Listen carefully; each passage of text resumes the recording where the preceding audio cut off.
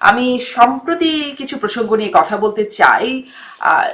শুরু করি, আপনার দুজনের কাছেই একই প্রশ্ন রাখতে চাই বা একই প্রসঙ্গে জানতে চাই। ব্যারিস্টার ফুয়াদ, আপনার কাছ থেকে শুরু করি যে আমরা সম্প্রতি দেখলাম ডক্টর মোহাম্মদ ইউনূস মাননীয় প্রধান উপদেষ্টা ঐক্যমত কমিশনে হাজির হয়ে তিনি বললেন যে ঐক্যমত হতেই হবে, দ্বিমতের কোনো জায়গা নেই, এরকম একটা অবস্থান তিনি জানিয়েছেন। তাহলে নির্বাচন সার্থক হবে না দ্বিমত রেখে সম্পন্ন হলে।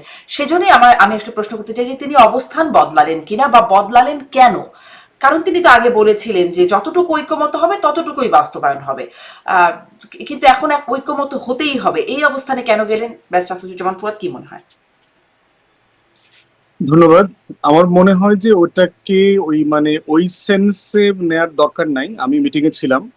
ওনার পুরো বক্তব্যের নির্যাস হচ্ছে যে রাজনৈতিক দলগুলো তাদের ভিতরকার যে দ্বিমতগুলো আছে সেটা যথাসম্ভব যদি নিজেরা সমাধান করে ফেলতে পারে, তাহলে আমাদের শত্রুরা যারা এই সিচুয়েশন গুলোর জন্য সুযোগ নিতে চাচ্ছে, দেশে অরাজকতা তৈরি করতে চাচ্ছে, তারা নিতে পারবে না। তো সেখানে তিনি ওই যে আলাদিনের চেরাগের কথা বলেছেন, যে আমাদের যদি সুযোগ থাকে তাহলে কি আমরা কমটা করব না বেশিটা করব, যত বেশি করা যায় আর কি। এবং আপনি জানেন যে আমাদের অনুরোধে কমিশনের মেয়াদও 1 মাস বাড়ানো হয়েছে, যে যত বেশি নোক্তা দেয়া আছে, নোট অফ ডিসেন্ট, আপত্তি দেয়া আছে, এগুলো আলোচনা করে কমিয়ে নিয়ে আসা যায়, একমত হওয়া যায়, সব পক্ষ আরো ছাড় দিতে পারে কিনা, এই ব্যাপারগুলোতে উনি আসলে ওভারঅল বলেছেন আর কি, যে ব্যাপারটা এরকম না যে চাবুকের নিচে রাইখা যে বেটা সব বিষয় একমত হবে, তাই না, আজকে রাতে খাবার দিব না আর কি, মানে মানে এরকম কোনো বিষয় না আর কি। এটা আমার কাছে মনে হয়নি আর কি। জি, আমি আপনার কাছে এই চাবুকের নিচে রাখার বিষয়টা নিয়ে আসবো, তবে আমি মুস্তাফিজের কাছ থেকে একটু শুনে নিয়ে আসি যে আপনার কি মনে হলো, অবস্থানের পরিবর্তন ঘটেছে কি কিছু, নাকি আগের মতোই আছেন, যতটুকু ঐক্যমত হবে ঠিক ততটুকুই বাস্তবায়ন, তার বেশিও না কখনো? জি। এখন পর্যন্ত সেটা তো বোঝা যাচ্ছে না, কারণ একটা রিজিড পজিশন দেখা যাচ্ছে বিএনপি এবং জামাতের মধ্যে, এবং একটা পাল্টাপাল্টি জিনিসটা একটু বাড়লো এই কারণে যে যখন নাকি জামাতের নেতৃত্বে 7টা রাজনৈতিক দল মাঠের আন্দোলন কর্মসূচি দিল। যেহেতু ঐক্যমত্য কমিশনের ভেতরে আলোচনার বিষয়টা এখনো শেষ হয়ে যায়নি, জিনিসটা হয় কি, যখন আলোচনার দুয়ারটা বন্ধ হয়ে যায় তখন আন্দোলন করে। এখানে তো আলোচনাটা চলছে, 30টা রাজনৈতিক দল যেখানে অংশ নিচ্ছে, সেখানে হঠাৎ করে আন্দোলন কর্মসূচিটা কেন? তাহলে কি এই আলোচনাটা হচ্ছে এটার উপরে চাপ তৈরি করা, নাকি কার উপরে চাপ তৈরি করা? সরকার তো এই সবাই মিলে যা বলবে সেটা ইমপ্লিমেন্ট করবে। তো সবাই মিলে বসলে এক অংশ থাকবে রাজপথে, আর এক অংশ থাকবে ভেতরে, এটা কেন? তাহলে বিএনপিও কি এরকম এক অংশ বাইরে থাকবে আর এক অংশ ভেতরে থাকবে? তাহলে একটা হযবরল অবস্থা না? এটা তো এক ধরনের, বিশেষ করে নির্বাচনের রোডম্যাপ ঘোষণার পর এই ধরনের কর্মসূচি কিন্তু খুব বিপজ্জনক। এগুলি হয় হাসিনা রেজিমে বা একটা পলিটিক্যাল গভর্নমেন্ট যখন ক্ষমতায় থাকে তখন তার নীতির বিরুদ্ধে এই ধরনের হয়। এখন কার বিরুদ্ধে কে লড়ছে? এই গভর্নমেন্ট কার? এই গভর্নমেন্ট তো এনসিপি, এই গভর্নমেন্ট তো এবি পার্টির, এই গভর্নমেন্ট তো বিএনপির, এই গভর্নমেন্ট তো জামাতের। তাহলে রাজপথে কেন কেন আলাদা একটা জোট? যদি এটা নির্বাচনী জোট হয় তাহলে সেটা আলাদা কথা, সেটা তো করতেই পারে, কিন্তু এই ইস্যুতে যে আমি পিয়ার মানে কি মানবো না, এটা তো হলো আভ্যন্তরীণ আলোচনার ভিত্তিতে ঠিক হবে শেষ পর্যন্ত, যে ঐক্যমত্য কমিশন সবার আলোচনা শুনে তারা কি সিদ্ধান্তটা নেবে এবং কিভাবে এটা ইমপ্লিমেন্ট করবে। কিন্তু তার আগে আমি আন্দোলন কর্মসূচি দিয়ে আমি বের হয়ে আসলাম, তাহলে জিনিসটা কি দাঁড়াচ্ছে? তাহলে জিনিসটা তো একটু জটিল আকার ধারণ করো। তার ঐক্যমতের জায়গাটা আহ ঠিক যে আমরা আলাপ আলোচনা করি সমাধান করব, বিষয়টা তা না। আমাকে আমার দাবিটা পূরণ করতেই হবে, এর কোনো পথ নেই। মানে দেয়ালে বলে না, দেয়ালে পিঠ থেকে গেলে তখন মানুষ এই ধরনের কর্মসূচি করে। তো অনেকটা সেরকমই অবস্থাটা তৈরি হওয়াতে আমার কাছে মনে হচ্ছে বিষয়টা এখন বেশ জটিল। কারণ ডক্টর মোহাম্মদ ইউনূস আজকে কিন্তু একটা কথা বলছেন, তাও কি বিদেশি ডেলিগেটদের সামনে বলছেন যে এখনো কোন কোন মহল নির্বাচন ঠেকানোর চেষ্টা করছে, কিন্তু আমরা ঠেকবো না, আমরা ঘোষিত সময়ের মধ্যেই নির্বাচনটা করব। এই কথাটা কেন বললেন? তিনি তো বলতে পারতেন যে রাজনৈতিক দলগুলো চমৎকার ভাবে আলোচনা করছে এবং তারা সমঝোতায় উপনীত হবে এবং উৎসব মুখর পরিবেশে একটা নির্বাচন হবে। এই কথাটা তো বলতে পারলেন না। তিনি তো এই কথাটা বললেন। তার মানে হচ্ছে এখানে মানে মতানৈক্যের জায়গাটা এই মানে মতানৈক্য কি বেশ এই জটিল আছে। আলোচনারত রাজনৈতিক দলগুলোর মধ্যে নাকি বহিঃশক্তি, মানে সবসময় শুনি আওয়ামী লীগ করছে, ভারত করছে নির্বাচন, মানে নির্বাচনকে বানচাল বা নির্বাচনে ষড়যন্ত্র করছে, এই বিষয়গুলো শোনা যায়। আসলে এই মতানৈক্যটা এখন এই কথাটা বললে তো দুটো অর্থই হয়, এটা অর্থটা হয় ভেতর থেকেও বাইরে থেকেও। উনি নির্দিষ্ট করেননি যে কোন পক্ষ বাধা দিচ্ছে নির্বাচন অনুষ্ঠানে, মহল স্পষ্ট কিন্তু করে। আমার ধারণা যে এই পর্যায়ে যারা আন্দোলন করছে নিশ্চয়ই এই আন্দোলনটা সরকারের জন্য সুখকর না, বিএনপির জন্য সুখকর না। বিএনপি তো বলেছে, সালাউদ্দিন আহমেদ বলেছে যে আলোচনা চলা অবস্থায় এই ধরনের আন্দোলন অনভিপ্রেত, তবে তাদের গণতান্ত্রিক অধিকার আছে, এই কথাটা বলছে। কিন্তু এটা তো আমরা তো বোঝাই কখনো যায়। কখনো এবং সরকারের আজকে জন্য দেখলাম সুখকর আরিফুর আন্দোলনও মাহমুদ দেখেছি। চৌধুরী তিনি মোস্তফা ফিরোজ, একটু আমি ব্যারিস্টার ফুয়াদের কাছে যাচ্ছিলাম, কিন্তু এই প্রশ্নটা চলে আসলো, সরকারের জন্য সুখকর বা সরকার যেমনটি, যে আপনাদের নানান জনের বিশ্লেষণে অন্ততপক্ষে যেটা উঠে এসেছে, যে যেমন সরকারের আওয়ামী লীগকে নিষিদ্ধ করার যখন মানে আওয়ামী লীগকে নিষিদ্ধ করার একটা সিদ্ধান্ত হলো, চাপ প্রয়োগ করলো, সাথে সাথে নিষিদ্ধ করলো, মনে হলো যে একটা যোগসাজশ হলো। অনেকের বিশ্লেষণ ছিল এরকম যে সরকার চেয়েছে, মাঠের আন্দোলন হয়েছে এবং সেটি বাস্তবায়ন হয়েছে, সুখকর আন্দোলন। এটি যে সুখকর না, এটি আমরা কিভাবে নিশ্চিতভাবে বলতে পারি, মানে বর্তমানে আন্দোলন যেটি? না, এটা আমি সেটা মনে করি না। এটা এক ধরনের চাপের মুখে। ওই সময় যদি বিএনপি আবার মানতো যে তারা কোনো দল নিষিদ্ধ করার পক্ষপাতী না, তাহলে কিন্তু জিনিসটা সংঘাত হতো। বিএনপি কেন জানি মানে বেশ একটু ডিফেন্সিভে খেলছে আর কি, তারা সংঘাতে যাচ্ছে না, কিন্তু বিষয়টা তারা গ্রহণও করছে না। আমি যেটা মনে করি যে এটার একটা আন্তর্জাতিক ঝুঁকি আছে, কারণ বাংলাদেশের নির্বাচন তো শুধু বাংলাদেশের না, এর সাথে একটা বৈশ্বিক বিষয় জড়িত আছে, যার কারণে আজকে দেখেন ইউরোপীয় ইউনিয়ন দৌড়ঝাঁপ করছে। কেন কালকে জামাতের সাথে বসলো, আজকে কেন বসলো? কেন এই পশ্চিমা দেশগুলো দৌড়াদৌড়ি করছে, তাদের মধ্যে অনেক রকম শঙ্কা তৈরি হচ্ছে এই নির্বাচনকে ঘিরে।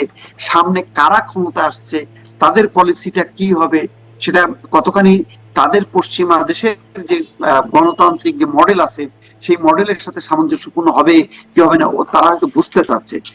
এর ফলে তাদের মধ্যে একটা উদ্বেগও আছে। কারণ আপনি কোন রাজনৈতিক দলকে যদি নিষিদ্ধ করেন আন্তর্জাতিকভাবে, এটা কিন্তু একটা যদি প্রশ্ন হয়, তাহলে কিন্তু সবচেয়ে বিব্রতকর অবস্থার মধ্যে পড়বে কিন্তু ডক্টর মোহাম্মদ ইউনূস, যার মূল বেসটা কিন্তু পশ্চিমা বিশ্ব। সেই পশ্চিমা বিশ্বটা কি এটা অ্যালাউ করবে কিনা? কারণ তারা তো জাতিসংঘের একটা রিপোর্টে আমার মনে আছে যে তারা গণহত্যার একটা বিস্তারিত বিবরণ দিয়ে বলছে যে গণহত্যায় যারা জড়িত শুধু তাদের বিচার হবে, কিন্তু কোনো দলকে বিচার করা যাবে না। তো এই সুপারিশটা কি ডক্টর মোহাম্মদ ইউনূস জানেন না? জানেন। এখন ওনার আমলেই যদি উনি এটা ইমপ্লিমেন্ট করেন, তখন আন্তর্জাতিক মহলের কাছে তো উনি কি জবাবদিহি করবেন? সেই কারণে দেখেন বিএনপিও একটা বিব্রতকর অবস্থার মধ্যে বলছে যে কোন দলকে যদি নিষিদ্ধ করতে চান তাহলে এটা আইনের আশ্রয় নেন। আইনে কি বলে, আদালতে যান, কিন্তু নির্বাহী আদেশে যাতে এটা না হয়। তো আবারও সেই প্রশ্ন, আমার কোন ধারণা দলকে না নিষিদ্ধ করবেন না, ডক্টর মোহাম্মদ ইউনূসও তো এই কথাটা বলেছিলেন।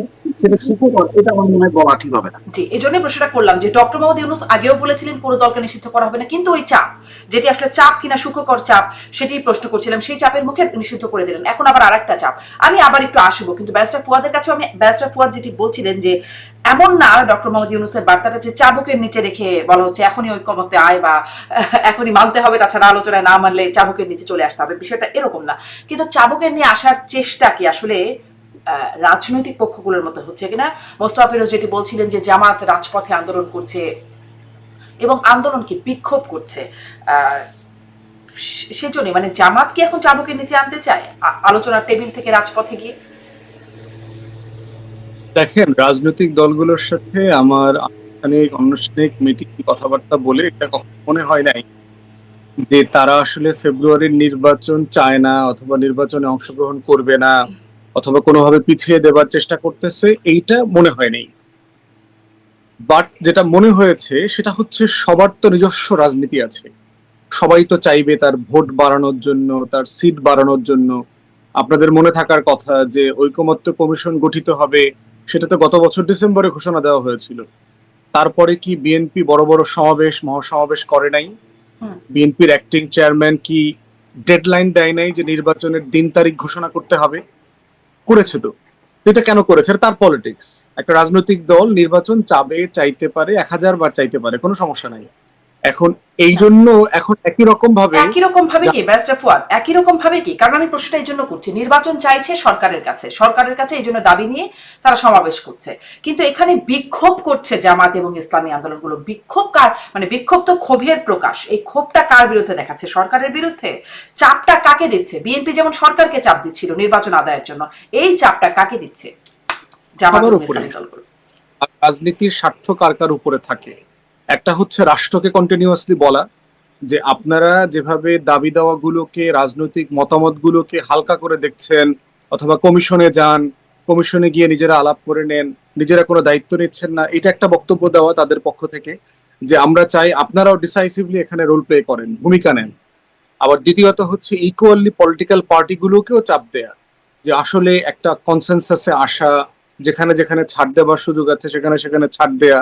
এবং সেই জায়গাতে আমার মনে হয় যে এটা দেবার মধ্যে কোনো মানে রাজনীতির ফ্রেমের যতক্ষণের মধ্যে থাকবে, যতক্ষণ পর্যন্ত যেখানে যেখানে চাপ দেওয়ার, মানে ছাড় দেওয়ার সুযোগ আছে সেখানে সেখানে ছাড় দাও, বিষয়টা তো তা না। সুনির্দিষ্ট 5টা দাবি, তার মধ্যে উল্লেখযোগ্য হচ্ছে পিআর, জাতীয় পার্টি নিষিদ্ধ করা, এইরকম কয়েকটা, মানে যেখানে যেখানে ছাড় দেওয়ার সুযোগ আছে সেখানে সেখানে তো না, তাই না? সুনির্দিষ্ট 5টা জায়গা যেটা দিতে হবে। বললাম ভিতরে যে যেখানে ছাড় দেবে, এই 5টার ভিতরে সবাই তো সব জায়গায় ছাড় দেবে না। যেখানে যেখানে যার ছাড় দেওয়ার সুযোগ আছে এবং এই ছাড় দেওয়ানোর জন্য সরকার কিভাবে কাকে নেগোশিয়েট করবে, কার সাথে, কোন শর্তে, ব্যাকএন্ডে তো অনেক নেগোসিয়েশন হয় যে ভাই আপনি এটা মেনে নেন, আপনি এটা মেনে নেন, আপনি এটা মানলে আপনার লাভ, আপনি এটা মানলে দেশের লাভ। এই নেগোসিয়েশন গুলো সরকারকে তো ব্যাকএন্ডে কোনো না কোনো ফর্মে করতে হয়। তাহলে সেটা করবার জন্য তো সরকারকে মনে করিয়ে দেয়া যে ভাই আপনারা আপনাদের দায়িত্ব পালন করেন। আমি ইন প্রিন্সিপাল এই কর্মসূচিগুলোর মধ্যে আমি কোনো সমস্যা দেখি না।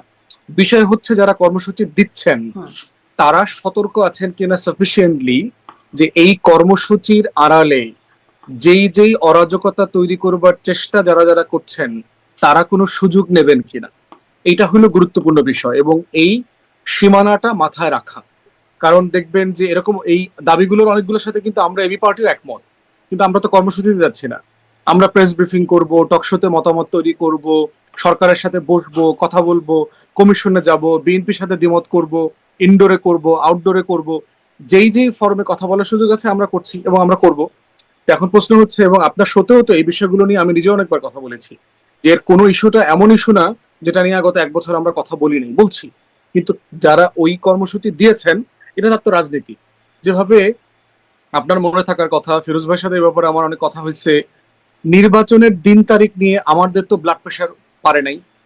আমরা তো শুরু থেকে বলছি ভাই অন্তর্বর্তীকালীন সরকার ডিসেম্বর 25 থেকে জুনের 26-এ নির্বাচনের দিন তারিখ একটা দিবে, যেদিন দিবে সেই দিনই আমি সই, আমার সাথে কোনো সমস্যা নাই। কিন্তু অনেক দলের ব্লাড প্রেশার হাই হয়ে গেছে না, 250-300-তে শুট আপ করছে। এখন এক একটা বিষয়তে এক একজনের ব্লাড প্রেশার হাই হয়ে যায়। আমাদের দুই বিষয়ে আমরা খুবই কুল আছি। আমার ব্লাড প্রেশার, আমাদের দলের প্রেশার 80-120-এ আছে। নির্বাচনের দিন তারিখ ঘোষণার আগেও তাই ছিল, এখনো তাই আছে। গতকালকে পরশু 3টে ইসলামী দল তাদের কর্মসূচি দেবার পরেও আমাদের ব্লাড প্রেশার একই জায়গাতে আছে, মোটেও বারে কমে নাই।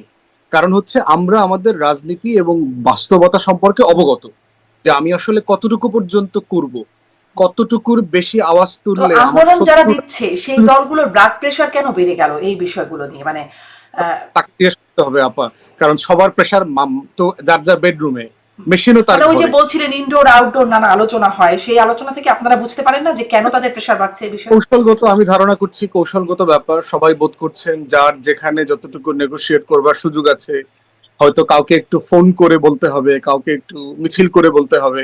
তো যে যেটা কৌশলগত ভাবে মনে করছে সে সেটা করছে। আমরা মনে করছি আমরা আমাদের জায়গা থেকে ভিন্ন কৌশলে একই অথবা ভিন্ন মতের দাবিগুলো নিয়ে আমরা কাজ করবো আর কি। আপনারা কোন কোন দাবির সাথে, আপনারা বলছিলেন যে আমরা অনেকগুলোতে একমত, আপনারা কোন কোন দাবির সাথে একমত আন্দোলনকারী দলগুলোর মধ্যে? ধরেন তো আমাদের একটা মিক্স সিস্টেমের প্রস্তাবনা আছে, যে যদি উচ্চ কক্ষে ভোটের পিয়ার না হয়, আমরা উচ্চ কক্ষই চাই না, এটা আমাদের দলীয় পজিশন, তাহলে নিম্ন কক্ষে মিক্স সিস্টেম হতে পারে কিনা 200 আসনে। কারণ জামায়াত ইসলামী আন্দোলন বাংলাদেশ তারা শতভাগ পিয়ার চাচ্ছে, আমরা শতভাগের ব্যাপারে একমত না। আমরা বোধ করছি যে একটা ট্রানজিশন সময় নিয়ে সিস্টেম চেঞ্জ করতে হয়। একটা সিস্টেম, একটা রাষ্ট্র, একটা জনগণ অনেক বছর ধরে যেটা অভ্যস্ত থাকে, সাডেনলি তাকে 360 ডিগ্রি পরিবর্তন করলে সে সেটাকে নিতে পারবে না, অ্যাবজর্ভ করতে পারবে না। এই জন্য একটা ট্রানজিশন নিতে হবে। ট্রানজিশনটা কি হতে পারে? আমরা 200 আসনে বিদ্যমান পদ্ধতিতে নির্বাচন হোক, তাহলে সুবিধা যেটা, আর 100 আসনে পিআর হতে পারে। তাহলে বিএনপিকে আশ্বস্ত করা যাচ্ছে যে আপনি যেহেতু এখন সবচেয়ে বড় রাজনৈতিক দল, আপনি 200 থেকে 150-60 এমনি পেয়ে যাবেন। তাহলে সরকার গঠিত হয়ে যাবে। সরকার গঠনে নেপালে, শ্রীলঙ্কাতে যে টেনশন গুলো দেখেছি সেটা হচ্ছে না। আবার 100 পিআর থাকলে যেটা হবে, 1% থ্রেশহোল্ডে অনেক ছোট বড় রাজনৈতিক দল, ডানে বামে সবাই কোনো না কোনো ফর্মে পার্লামেন্টে রিপ্রেজেন্টেশন পেয়ে যাবে। তাহলে এটা উইন উইন সিচুয়েশন সকল রাজনৈতিক দলের। আমাদের প্রস্তাব ছিল যে একটা মিক্স সিস্টেম আমরা যেতে পারি কিনা, যেখানে সরকার স্টেবল থাকবে, বিএনপি বড় দল আকারে আশ্বস্ত হবে, বাকি দলগুলো জানবে আপনাদের তাদের প্রস্তাব নিয়ে আলোচনা হয়েছে, মানে আলোচনার ফিডব্যাক কি মনে হলো? কমিশনে আমরা বারবার বলেছি এজেন্ডাভুক্ত করে আলোচনা করবার জন্য, তারা কখনো এটা করতে রাজি হন নাই। বোধ করি যে আজকে এই কর্মসূচিগুলো রাজপথে আসার একটা বড় কারণ হচ্ছে যে কমিশন সময় নিয়ে এজেন্ডাভুক্ত করে আলোচনা করেন নাই। যদি করতো তাহলে উচ্চকক্ষ নিম্ন কক্ষের মতো করে পিআর এর আলোচনাটা একটা রেজলিউশনে যাইতো, অথবা জাতি দেখতে পাইতো যে আমাকে রাস্তায় পর্যন্ত যাওয়ার প্রয়োজন হতো না। ঠিক একইভাবে ধরেন আওয়ামী লীগ, জাতীয় পার্টি, 14 দলের রাজনৈতিক ভবিষ্যৎ কি হবে, সেখানেও কিন্তু আমরা একইভাবে এজেন্ডাভুক্ত করে আলোচনা করতে পারতাম। আমি গণতদন্ত কমিশনের কথা বহু আগে বলেছি, আপনার সাথেও বলেছি, 1 বছর আগে থেকে বলেছি যে নির্বাহী আদেশে দল নিষিদ্ধ না করে জনগণের মতামত নেওয়া দরকার, আমেরিকান স্টাইলে শুনানি হওয়া দরকার, সবাই সেখানে মতামত দেখি আমরা ওপিনিয়নটা কিভাবে ক্রিয়েটেড হয়, তারপরে জুডিশিয়ারি ডিসাইড করবে যে তাদের ফেট কি হবে। তো এইরকম প্রত্যেকটা বিষয় দেখবেন যে যে কর্মসূচিগুলো এসছে এগুলো কিন্তু পিয়ারভুক্ত করবার, এজেন্ডাভুক্ত করবার দাবি এই রাজনৈতিক দলগুলোরও ছিল। জামায়াত ইসলামী দল বাংলাদেশ কিন্তু কমিশনে একাধিকবার বলেছে। যেমন ধরেন আমরা আমলাতন্ত্রের সংস্কার নিয়ে কোনো কথা বলতে পারি নাই, আমরা বারবার বলেছি। পুলিশ সংস্কার নিয়ে খুব সিরিয়াস কোনো তর্ক হয়নি, আলাপ আলোচনা হয়নি। এরকম অনেকগুলো গুরুত্বপূর্ণ বিষয় আছে যেটা আমরা কমিশনে এজেন্ডাভুক্ত করে আলোচনা করতে পারি নাই প্রস্তাব দেওয়ার পরেও। তো আজকে ইভেন্চুয়ালিটি কি হয়েছে, সিচুয়েশনটা রাজপথে চলে গেছে, বাট এটা এখনো টু লেট। যেহেতু কমিশন 1 মাস সময় নিয়েছে, আমার মনে হয় যে এই পুরো কর্মসূচিটাকে আবারও ফরেন সার্ভিস একাডেমিতে ফিরায় নিয়ে আসবার সুযোগ আছে, এবং রাজনৈতিক দলগুলোর মধ্যে এখনো যথেষ্ট উদারতার জায়গা আছে। কিন্তু সবাই কালকে কথা বলতে থেকেই আসলে আন্দোলন, মানে বৃহস্পতিবার এই আন্দোলনের শুরুটা হওয়ার কথা বলে জানি। আমি মোস্তফা ফিরোজের কাছ থেকে একটু শুনি এই বিষয়টাই, যে আপনার কি মনে হয় আলোচনার টেবিল থেকে রাজপথে গড়িয়ে গেছে, আগামীকাল থেকে যেটা শুরু হচ্ছে, এই রাজপথে যাওয়াতে কেমন চাপ তৈরি হবে? চাপটা আপনিও প্রশ্ন করছিলেন যে কাকে দেয়া, বিএনপিকে, সরকারকে, কার উপর কতটা চাপ পড়বে, সেই চাপের প্রভাব বা প্রতিক্রিয়া কেমন হবে বলে মনে করেন? কারণ আমরা আবার অন্যদিকে সালাউদ্দিন আহমেদকেও বলতে শুনেছি, বিএনপির স্থায়ী কমিটির সদস্য, খুব সক্রিয় ভূমিকায় যিনি এখন আছেন, তিনি বলছেন যে এরকম হলে তারাও রাজপথে জবাব দেবেন। রাজপথে যদি বিষয়টি চলে আসে তাহলে তারাও রাজপথে জবাব দেবেন। আসলে এখন চাপটা কেমন পড়বে বলে মনে হয় মোস্তফা ফিরোজ? এরকম চাপটা বড় অদ্ভুত চাপ। কোনো অন্তর্বর্তীকালীন সময় এরকম মানে 11 সরকারের সময় একটা পরিস্থিতি ছিল, সেটা তো আর সবার সমর্থিত সরকার না, কিন্তু সাধারণত কেয়ারটেকার গভর্নমেন্ট হয় সবার সমর্থনে, আর এই সরকারটা হয়েছে সবার সমর্থনে। একমাত্র সরকার আমি এতদিন ছিল শুধু আওয়ামী লীগের চাপে। যেমন রাজধানীর সমস্ত থানাগুলো ব্যস্ত হচ্ছে ঝটিকা মিছিল থামানোর জন্য, তারা মহাব্যস্ত, আইন শৃঙ্খলা পরিস্থিতি লাটে গেছে, কিন্তু ঝটিকা মিছিল যাতে কোনোভাবেই না হতে পারে, এবং 5 জন যদি ঝটিকা মিছিল করে তার মধ্যে 4 জনকেই ধরা হয়। তো এটার ব্যাপারে খুব পারফরমেন্সটা আছে। কিন্তু ঘটনা হলো যে মানে সরকার চাপ এতদিন ছিল আওয়ামী লীগের চাপ, তো এটা মানে স্বাভাবিক চাপটা। কিন্তু এই চাপটা তো ঘরের চাপ, এই ঘরের চাপটা মানে কেন, কার জন্য, কিভাবে, এটা তো খুব মানে অদ্ভুত, মানে মেলানো যাচ্ছে না কোনোভাবেই। মানে এখানে দেখা যাচ্ছে দুইটা পক্ষ মানে বেশ একটু নার্ভাস। একটা হচ্ছে সরকার যারা ক্ষমতায় আছে, আর একটা হচ্ছে বিএনপি। মনে হচ্ছে তাহলে এই ইউনূস সাহেব এবং বিএনপি এরা মানে যৌথভাবে এখন সরকারে আছে, সুতরাং তারা তাদের মধ্যে প্রতিক্রিয়াটা দেখাচ্ছে। এই জন্য একজন বলছেন যে কোনো কোনো পক্ষ নির্বাচন পেছানোর পায়তারা করছে, আবার বিএনপি তো প্রকাশ্যেই বলছে যে এই সব কিছু করা হচ্ছে নির্বাচনকে প্রলম্বিত করা, বিলম্বিত করা, অথবা নির্বাচনটা বানচাল করা। তাহলে এই তাহলে মনে হচ্ছে যে এই আন্দোলনটা যেমন বিএনপির সাথে, বিএনপির বিরুদ্ধে, তেমনি সরকারের বিরুদ্ধে। তো এটাই তো, এছাড়া তো আমি মানে আর কি ব্যাখ্যা দেবো? মানে এতদিন আগে বলা হতো যে এই সরকার পরিচালিত হচ্ছে জামাত দ্বারা, এখন দেখা যাচ্ছে যে না, প্রথমে এনসিপি, তারপর হয়ে গেল জামাত, এখন হয়ে গেছে বিএনপি। তো এইভাবে ঘুরতেছে সরকার, কারণ এই সরকারের তো নির্দিষ্ট কোনো রাজনৈতিক দল নেই। এই মানে কথা ছিল যে 30টা দলেরই সরকার হচ্ছে ইউনূস সরকার। তাহলে এখন এই 3টা দলে যখন ঘুরছে, তখন ঘুরতে ঘুরতে আরো অনেক বিভিন্ন দলে দলে যাবে। মানে এইরকম পরিস্থিতির মধ্যে আমার ধারণা যে বাংলাদেশের অতীতে এরকম হয়নি, যে এরকম একটা অন্তর্বর্তী সরকারের ক্ষমতায় থাকা অবস্থায় যাদের সমর্থন নিয়ে ক্ষমতায় আসলো যে সরকার, তার বিরুদ্ধে আবার মানে আন্দোলন, তার আমার আসলে বিরুদ্ধে এখানেই অভিযোগ। প্রশ্ন, তার বিরুদ্ধে কি আন্দোলন হচ্ছে? মানে এটা কি সরকারের বিরুদ্ধে আন্দোলন, সরকারের বিরুদ্ধে ক্ষোভ? সরকার কি এই দাবিটা যৌথ দিয়ে দিতে পারবে, মানে পূরণ করে দিতে পারবে? পিআর পদ্ধতি এটা সরকার চাইলেই দিয়ে দিতে পারবে কি? বিএনপি পাবে আসলে। হ্যাঁ, এখন বিষয়টা দাঁড়াচ্ছে যে না, বিএনপি হচ্ছে একটা মানে অনেকটা কি বলে শ্যাডো গভর্নমেন্ট।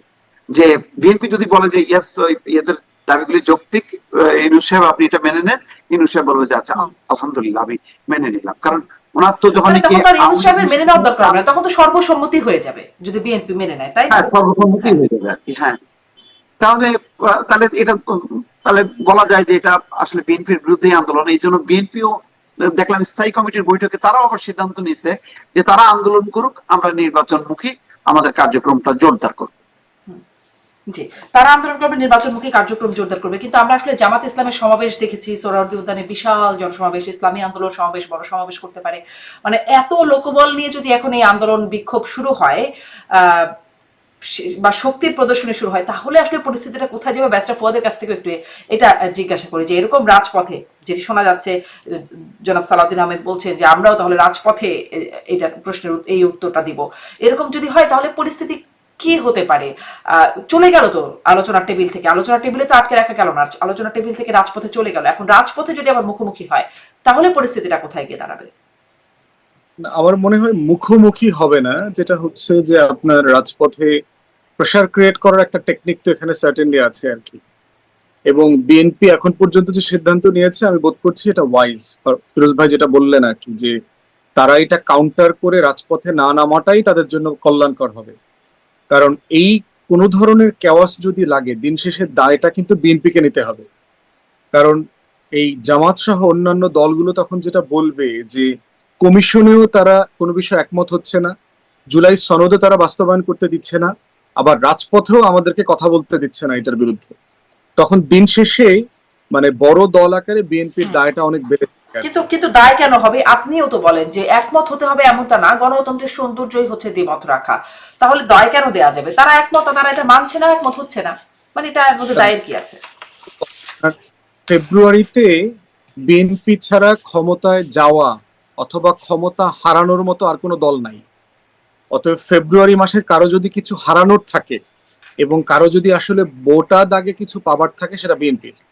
বাকিরা কিন্তু হচ্ছে কার কেকের পিস কতটুকু বড়, সেই পিসটা একটু বাড়ানো যায় কিনা, এই বাড়ানোর লড়াইটা চলছে এখানে। কিন্তু পুরো কেকটা পাবার যে লড়াই, সেটা কিন্তু আসলে পাবার সম্ভাবনা সবচেয়ে বেশি, এন্টাইটেলমেন্ট অথবা রিয়েলিটি হচ্ছে বিএনপির। তাই বিএনপি একটা রিস্ক ফ্যাক্টরে আছে, সে চাইলে ক্ষমতায়ও যেতে পারবে, সে চাইলে ক্ষমতা হারাইতেও পারবে। দুইটা রিয়েলিটির মাঝখানে বিএনপি রয়ে গেছে। এই জন্য বিএনপির দায়টা একটু বেশি, যে তাকে অত্যন্ত মানে সচেতন ভাবে, অত্যন্ত কৌশলে এগুলোকে রিয়াক্ট করতে হবে।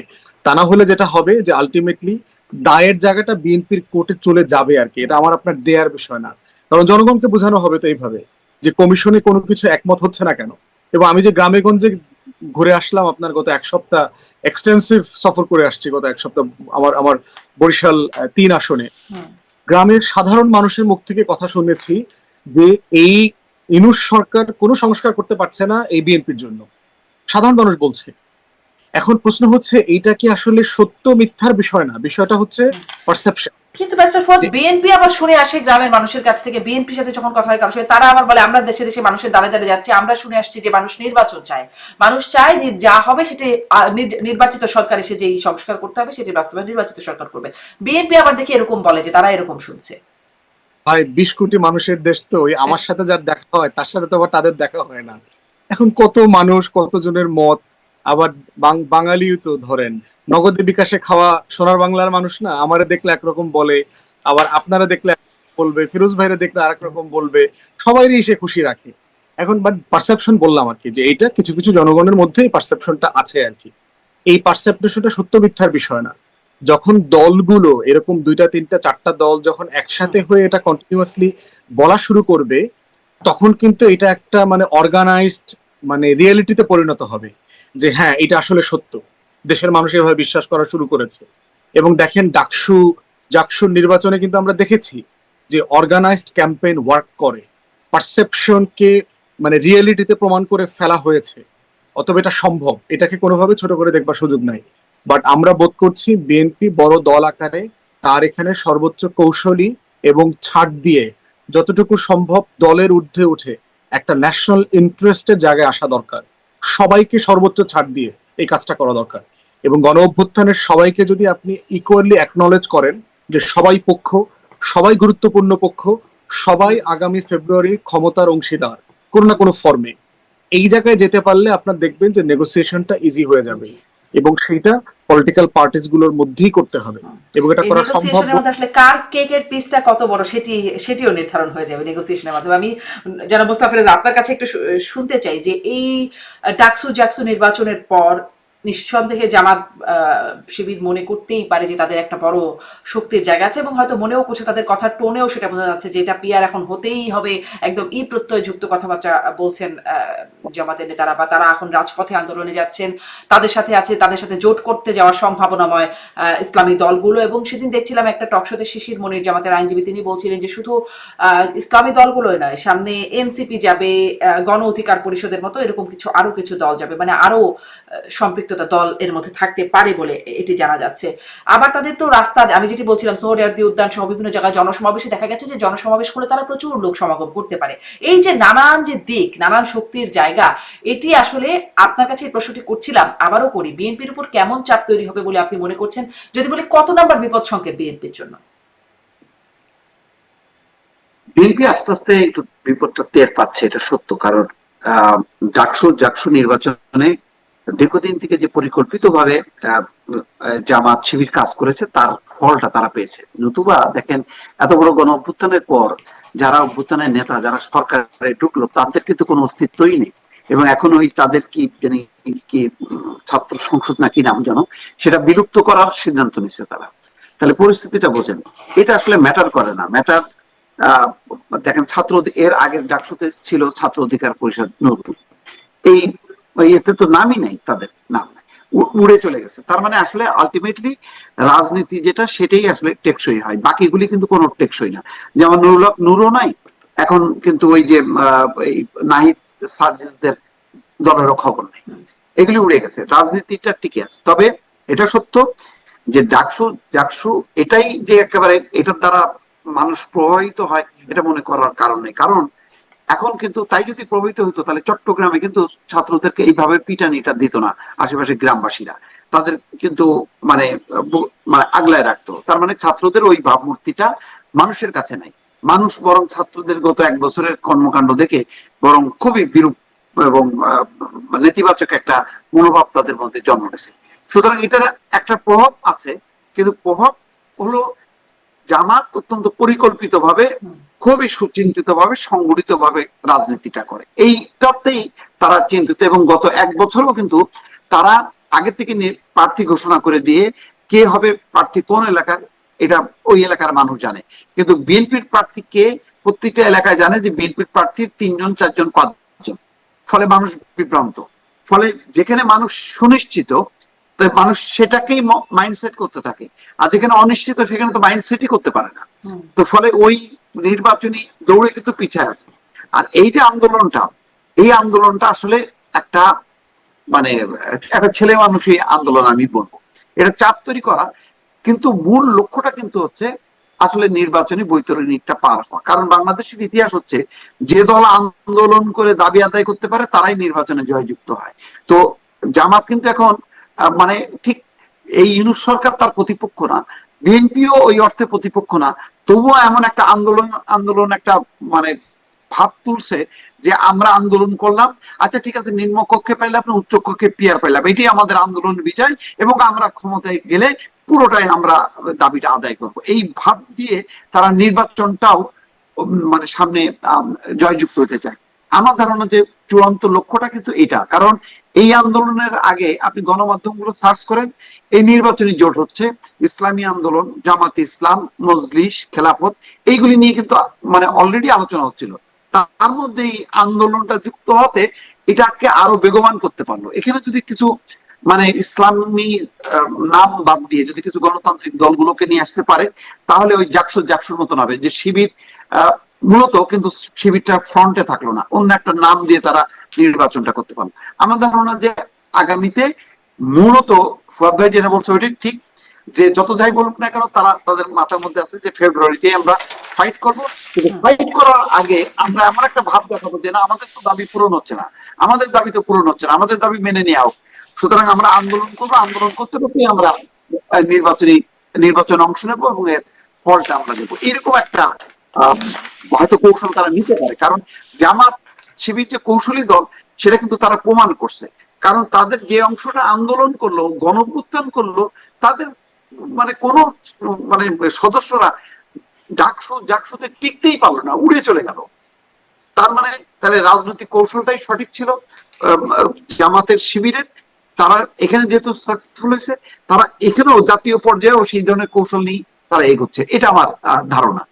জি, মানে এই যে চাপ প্রয়োগ করা বিএনপির জন্য আপনি বলছেন এটা একটা বিপদ সংকেতই বটে, যদি এই যে চাপ দেয়া হচ্ছে, এখানে কি আসলে আমরা শুনছিলাম তারেক রহমান ফিরবেন, তারেক রহমান বলছেন খুব শীঘ্রই দেখা হবে। বিএনপি স্থায়ী কমিটির সদস্য ডাক্তার জাহিদ তিনি বলছেন যে কয়েক সপ্তাহের মধ্যেই ফিরবেন তারেক রহমান। তারেক রহমান ফিরলে কি পরিস্থিতির পরিবর্তন কিছু হবে, বা এই চাপে কম বেশির কোনো তারতম্য হবে? কি মনে হয় মুস্তাফা ফিরোজ? আমার মনে হয় উনি যত তাড়াতাড়ি ফিরবেন তত বেশি বিএনপির জন্য প্লাস পয়েন্ট হবে।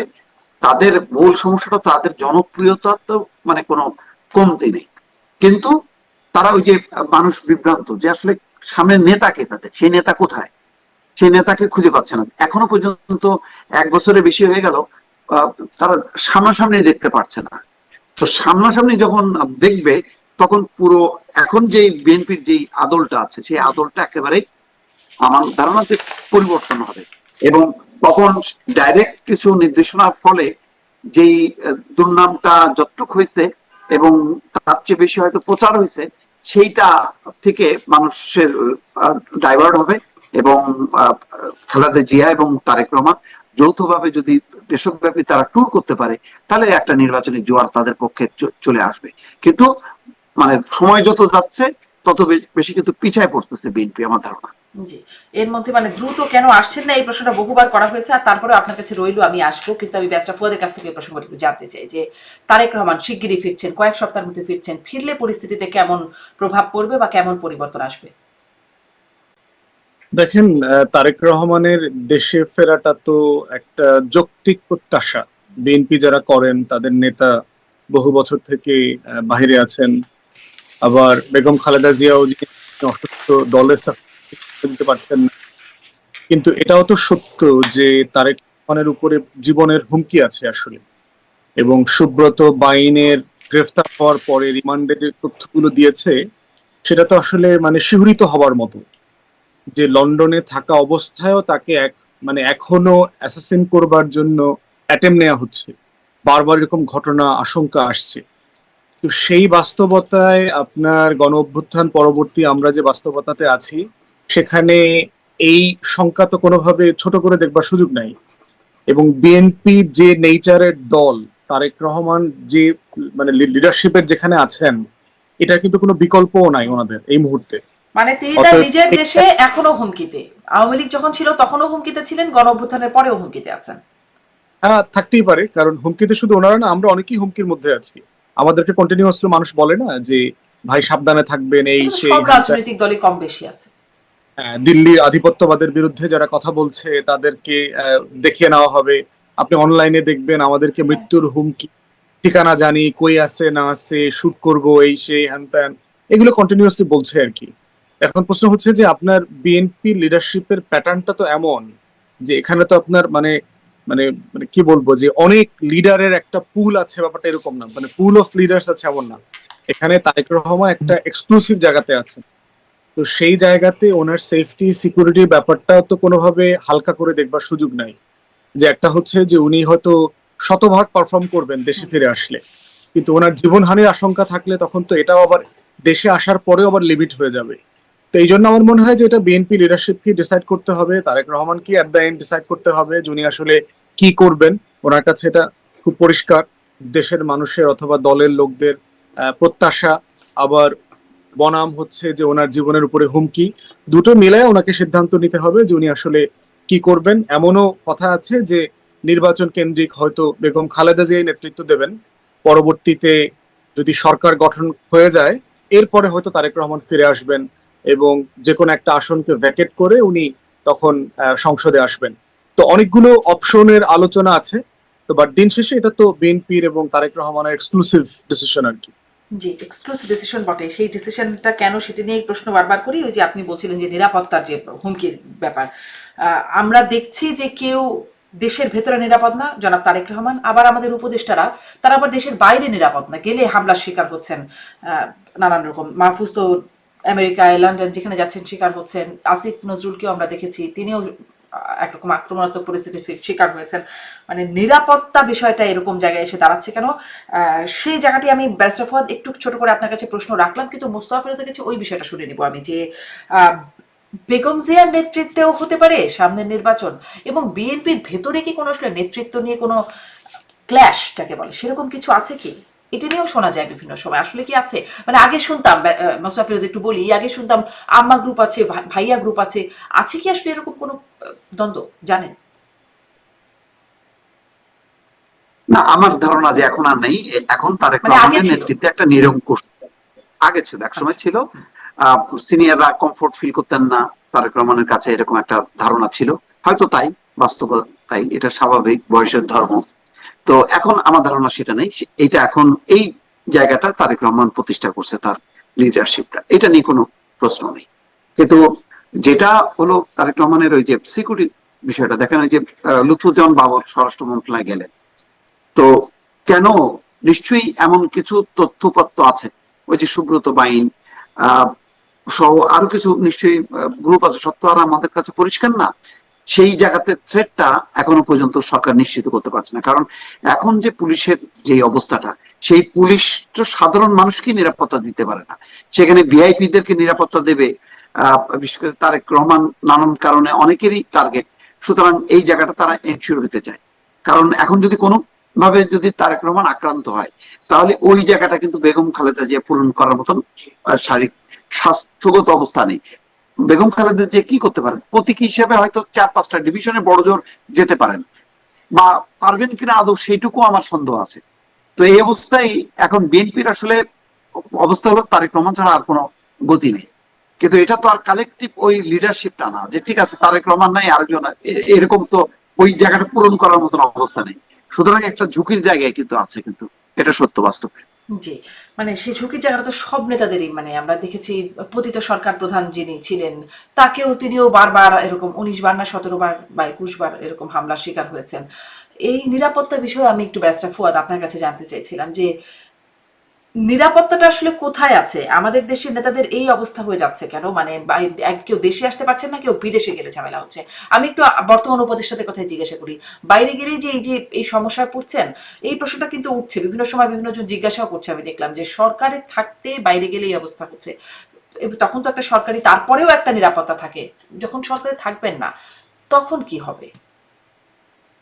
দেখেন, এইটা তো আমাদের রাষ্ট্রের যে টক্সিক পলিটিক্যাল কালচার এবং এই যে মানে একটা দূষিত রাজনৈতিক পরিবেশের ভিতরে আমাদের ছেলেমেয়েরা বড় হয়, সে যখন বিদেশে যায় সে তো একটা ছোট্ট বাংলাদেশ মাথার মধ্যে করে নিয়ে যায়। এই জন্য দেখবেন যে আমরা যখন বিদেশে যাই চিৎকার করেই কথা বলি, জোরে কথা বলি, আমরা বাংলাদেশে যেভাবে কথা বলি। আমরা যখন খাইতে বসি আমরা কিন্তু গাদা গাদা ভাত আপুস গুপুস করে খাই, দেখবেন ওখানে ওইভাবে খাই। তারপরে দেখবেন আমরা যখন হাঁটি এখানে সেখানে ময়লা ফালানোর খাইসলত দেখবেন, মানে অনেক চেষ্টা করলেও দেখবেন মানে মনের ভুলেই কলার ছোলাটা ডান দিকে বাম দিকে চলে যায়, রাস্তায় চলে যায়, বিনটা চোখে পড়ে না। তো তারপরে দেখবেন আমরা যখন বাইরে যাই আমরা ডাইরেকশন দেখে ম্যাপ দেখে পথ চলতে অভ্যস্ত না। আমরা দেখবেন যে গাড়িতে যখন উঠে বসি, বাইরে থেকে বাংলাদেশ থেকে যখন আসে, আমার মনে আছে আমরা সবসময় পিছনের সিটটাতে গিয়ে বসতাম, কারণ যিনি গাড়ি চালায় তাকে সবাইকে শুধু ড্রাইভ। এখন আপনি হয়তো ড্রাইভার, কিন্তু আপনি তো আমেরিকান সেন্সিটিভ, বাংলাদেশি সেন্সি ড্রাইভার না আর কি। হুম। তো এই কালচারাল যে একটা রিয়ালিটির ভিতরে আমরা বড় হই, এই সমস্যাগুলো আমরা ওখানে নিয়ে, তারপরে হচ্ছে রাজনৈতিক দলগুলো এই সমস্যাগুলো পোষে। দেখবেন যে পৃথিবীর অনেক দেশ আছে, যেমন ইন্ডিয়ারও দেখবেন তার কোনো শাখা সংগঠন আপনি ইয়েতে পাবেন না, বিদেশে পাবেন না। পাকিস্তানের দেখবেন কোন রাজনৈতিক দলের শাখা সংগঠন নাই, বাংলাদেশের আছে 2 দলেরই, এবং ছোটখাটো দলেরও আছে। এবং এই ছোটখাটো দলগুলো যেটা করে, সে যেহেতু একটা ছোট্ট বাংলাদেশ মাথায় করে ওখানে বিমানে করে নিয়ে গেছে, সে ওখানে গিয়ে ওই বাংলাদেশের রাজনীতিটা করে। লন্ডনে টাওয়ার হ্যামলেটসে বসে করে, নিউ ইয়র্কে জ্যাকসন হাইটে গিয়ে করে, রোমে, মিলানে, প্যারিসের বিভিন্ন জায়গায় জায়গায় রেস্টুরেন্টে বাঙালি পাড়াতে একত্রিত হয়ে সে একটা ছোট্ট বাংলাদেশ ভাবে। এবং পাশের দোকানদারের মালিক হচ্ছে আওয়ামী লীগ, এই মালিক হচ্ছে জামাত, ওই মালিক হচ্ছে বিএনপি, অমুক কম্পিউটারে হইলো সে যাইতে পারবে, অমুক কম্পিউটারের দোকানে সে যাবে না। এই যে টক্সিক রিয়ালিটির ভিতরে আমরা বড় হয়েছি, এটা হলো এটার একটা দীর্ঘমেয়াদী আপনার ট্রমা, এটা আমাদের মধ্যে রয়ে গেছে আর কি। তো যতদিন পর্যন্ত রাজনৈতিক দলগুলো এটা নিয়ে অ্যাড্রেস না করবে যে তার দলের নেতা কর্মীরা বাহিরে কিভাবে আচরণ করবে করবে না, নির্বাচন কমিশন তো বলে দিয়েছে যে বাহিরে কোনো রাজনৈতিক শাখা থাকবে না, যেটার সাথে আমরা একমত যে আসলে কোনো শাখা উচিত না, সবাই বাংলাদেশি আকারে থাকবে, দল আকারে থাকবে না। এখন দেখবেন আমেরিকাতে আপনার এই যে দেখবেন যে আমেরিকান বাংলাদেশি যারা আছে তারা হলো বিএনপি আমেরিকান, তারা আওয়ামী আমেরিকান, জাতীয় পার্টি আমেরিকান, শুধু বাংলাদেশি নাই দেখবেন। ইংল্যান্ড ও ইউরোপে একই অবস্থা দেখে আসছি আর কি। সো এই টক্সিক রিয়ালিটিতে আমরা একসময় জাস্টিফিকেশন খুঁজি, সে যেহেতু আমার নেত্রীকে এখানে অপমান করছে তো তাকে আমি লন্ডনে যাওয়ার পরে জুতা মারবো, সে যেহেতু আমার নেতাকে এখানে মিথ্যা মামলা দিছে আমি তাকে দেখলে ওইখানে জড়ায়া ধরবো, তার টাই ধরে টান দিব, তারে আটকাবো, গায়ে হাত তুলবো। তো এই রাজনৈতিক ইস্যুগুলো আমাদেরকে এখানে অ্যাড্রেস করতে হবে, কারণ দেশের বাইরে এতে আমাদের দেশের সম্মান, মর্যাদা এগুলো নষ্ট হচ্ছে। কিন্তু অ্যাড্রেস তো আসলে করা যাচ্ছে না, এবং অ্যাড্রেস করা মানে সামনে দীর্ঘমেয়াদী এটার একটা পরিণতি কেমন বা আপনাকে উস্কায় দেওয়া হচ্ছে, অ্যাড্রেস তো কেউ করছেই না, উস্কায় দিচ্ছে। শেখ হাসিনার বক্তব্য শুনলে দেখবেন একরকম, এর আগে আমরা বিভিন্ন দলের এরকম নেতাদের বক্তব্য শুনেছি, ব্রাসেলসে গিয়ে ওরে আটকাও, ব্রাসেলসে ওরে জুতা মারতে হবে, ডিম মারতে হবে। এবং ডিম মারার পরে, হাসিনারে জুতা মারার পরে বিভিন্ন বাঙালি পাড়াতে এসে ব্যাপক গর্বের বিষয় যে মাইরে দিয়ে আসছি, মানে একদম গা বরাবর পড়ছিল, মানে জুতাটা এই মাত্রই লেগে যেত, এরকম একটা অবস্থা আর কি। এই যে উস্কানি দেয় আমাদের, মানে বন্ধ করা তো দূরের কথা, রাজনৈতিক দল এই খাইসলতটাকে বাঁচায় রাখতেছে, কারণ এই বাঁচায় রাখার মধ্যেই হলো তার বিজনেস, তার পুঁজি, তার ব্যবসা, তার বিদেশে প্রবাসীদের কাছ থেকে টাকা অর্জন করা, বুলেট প্রুফ গাড়ি নেওয়া, ধান্দা ফান্দা করা, এগুলো রয়ে গেছে। তো সে কেন চায় না হোক? জি, আমি একটু মোস্তাফিজ আপনার কাছ থেকে শুনতে চাই, দেশের নিরাপদ নন তারেক রহমান আর বিদেশি নিরাপদ নন আমাদের বর্তমান উপদেষ্টা যারা আছেন, বিশেষ করে মাহফুজকে আমরা সবসময় দেখছি বাইরে গেলেই এরকম একটা হামলার শিকার হচ্ছেন, বা আমি আরো আসিফ নজরুলের কথা বলছিলাম। এইরকম পরিস্থিতির পরিবর্তন কিভাবে হবে বা হবে কিনা? এটা কি মানে খুব মানে অস্বাভাবিক। আজকে পররাষ্ট্র উপদেষ্টা কি বলছেন যে এই যে 4 জন রাজনীতিককে নিয়ে যাচ্ছেন ডক্টর মোহাম্মদ ইউনূস 21 তারিখে জাতিসংঘে, বলছেন যে সেখানে এটা বিক্ষোভ হবে, এটা স্বাভাবিক, এটা ঠেকানো সম্ভব না। তবে তিনি বলছেন যে তিনি নিউ ইয়র্ক পুলিশকে বলবেন এবং তারা চেষ্টা করবেন। ক্ষোভ বিক্ষোভ, এই ধরনের প্রতিবাদ পশ্চিমা বিশ্বে এটা স্বাভাবিক ব্যাপার, ওদের দেশের রাজনীতিকরাও এগুলি ফেস করে। তো আমাদের দেশে এই রাজনীতিকরা এটা ফেস করবেন না কেন? দেখেন, তবে এটা ঠিক, যেহেতু তারা জুলাই অভ্যুত্থানের নেতৃত্ব দিয়েছেন, তাদের ব্যাপারে আওয়ামী লীগের একটা ক্ষোভ আছে। আওয়ামী লীগ সারা ইউরোপে, বিশ্বে বিশেষ করে খুবই শক্তিশালী তাদের সাংগঠনিক অবস্থা, এবং তারা যেহেতু ওই দেশের নাগরিকত্ব আছে, ফলে ওরা একটা সুরক্ষিত জায়গা থেকে তারা ক্ষোভ বিক্ষোভ করতে পারে। দেখেন লন্ডনে করছে, মার্চে কই পুলিশ তো কাউকে অ্যারেস্ট করেনি। এইটুক বিক্ষোভ, হ্যাঁ, যদি কোনো মারণাস্ত্র নিয়ে তারা ঝাঁপায় পড়ে তখন পুলিশ সেটাকে করবে, এছাড়া তারা করবে, অথবা গায়ে যদি আঘাত করে তখন। লন্ডন হাই কমিশন বলছে যে ডিম ছোড়া হয়েছে সেটা খালি গাড়িতে পড়ছে, এখানে মাহফুজ আলম ওই গাড়িতে ছিল না, এবং আওয়ামী লীগের সংখ্যা ছিল 18। এটার একটা বিকল্প হইতে পারতো। এনসিপি তো সারা দেশে বিদেশে তাদের সমর্থকরা আছে, তো তাদেরকে প্রোটেকশনের জন্য ওই এনসিপি নেতা কর্মীদেরও পাল্টা সমাবেশ করতো। আমরা বিএনপি আওয়ামী লীগের ক্ষেত্রে কি দেখি, আওয়ামী লীগের যখন হয় তখন বিএনপিরা আসে, আবার বিএনপি যখন হয় আওয়ামী লীগের আসে, পাল্টা পাল্টি একটা হয়, পুলিশ মাঝখানে দাঁড়ায়। তো তো ওই অবস্থাটা না হয়তো এনসিপি অর্জন করতে পারেনি বলে এরকম অবস্থার মধ্যে পড়ছে, কিন্তু বিক্ষোভের যে মাত্রাটা বা এটা কিন্তু খুব যে একেবারে মানে ভয়ঙ্কর ব্যাপার হয়ে গেছে এটা কিন্তু মনে হচ্ছে না।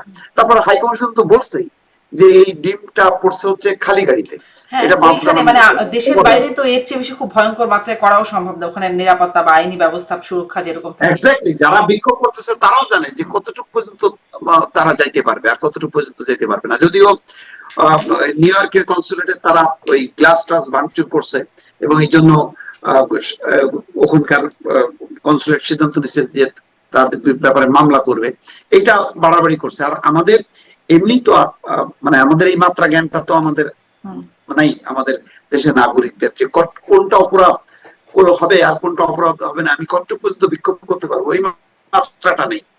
তবে এগুলি যেটা হয় কি সামগ্রিকভাবে এটা আগেও যেমন এখনো তেমন, বাইরে যখন এই ঘটনাগুলি ঘটে তখন কে স্বৈরাচার কে মানে গণতান্ত্রিক এটা তো বিবেচনা হয় না, তখন এটা তারা খারাপ ভাবে দেখে যে এটা কি ধরনের যে একটা দেশের আসলো সেই দেশেরই কমিউনিটি এই ধরনের বিক্ষোভ করতেছে, এটা তারা অবাক হয়, কিন্তু এটা তারা আশ্চর্য হয় না, কারণ তাদের দেশেও এই ধরনের ঘটনায় তারা অভ্যস্ত। জি, কিন্তু আসলে প্রশ্নটা এখানে যে রাজনৈতিক দল, আপনি বলছিলেন যে মানে আওয়ামী লীগ গেলে বিএনপি সেখানে বিক্ষোভ করতে পারে, সাথে আওয়ামী লীগও পাল্টা থাকে, বা বিএনপির কেউ গেলে সেখানে বিএনপিরও পাল্টা থাকে বিক্ষোভকে প্রতিরোধ করার জন্য বা একটা পাল্টাপাল্টির জন্য। কিন্তু এই যারা আছেন গণঅভ্যুত্থানের নেতৃত্ব, তাদের জন্য কেউ থাকছেন না, বা এই উপদেষ্টারা যারা আছেন তাদের জন্য যে কেউ থাকছেন না, তাদের তাহলে সামনে এক্সিট প্ল্যান কি কিছু বিশেষ তারা ভাবছেন? এটাই নিয়ে তো তার উদ্বেগ। নাহিদ ইসলাম কি বলছে যে মানে তারা আতঙ্কিত, সে তার যে মানে পোস্টে এই ঘটনার উপরে যে ধরনের পোস্ট দিছে তাতে তো মনে হচ্ছে যে মানে মাহফুজ আলমের উপরে অস্ত্র নিয়ে কেউ ঝাঁপায় পড়ছে বা গুলি করার চেষ্টা করছে, কোন রকমে বেঁচে গেছে। এবং এখন এর পরবর্তী পর্যায়ে তাদের কি হবে যখন নাকি এই সরকার থাকবে না, এই জন্য সরকারের উপর তারা ক্ষোভ প্রকাশ করছে।